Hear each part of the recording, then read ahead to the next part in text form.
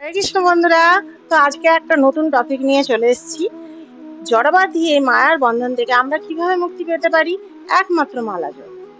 আর কোনো দিকে চিন্তা করার দরকার নেই বন্ধুরা। মালা জপের মহিমা এতটাই বিপুল যে আমরা অধিক পরিমাণে যদি ভগবানের মালা জপ করি, নাম জপ করি, হরিনাম জপ করি, তো আমরা অনায়াসে এই ভবসমুদ্র পার করতে পারবো বন্ধুরা। নাম জপ করতে 1 টাকাও লাগে না, তো আমরা নাম জপ কেন করব না? তো ভগবান শ্রীহরি বলেছেন ভগবদ গীতায়, অভ্যাস যোগ যুক্তেন চেতসা নান্যগামিনা পরমং পুরুষং দিব্যম জাতি পার্থানু চিন্তিয়াং।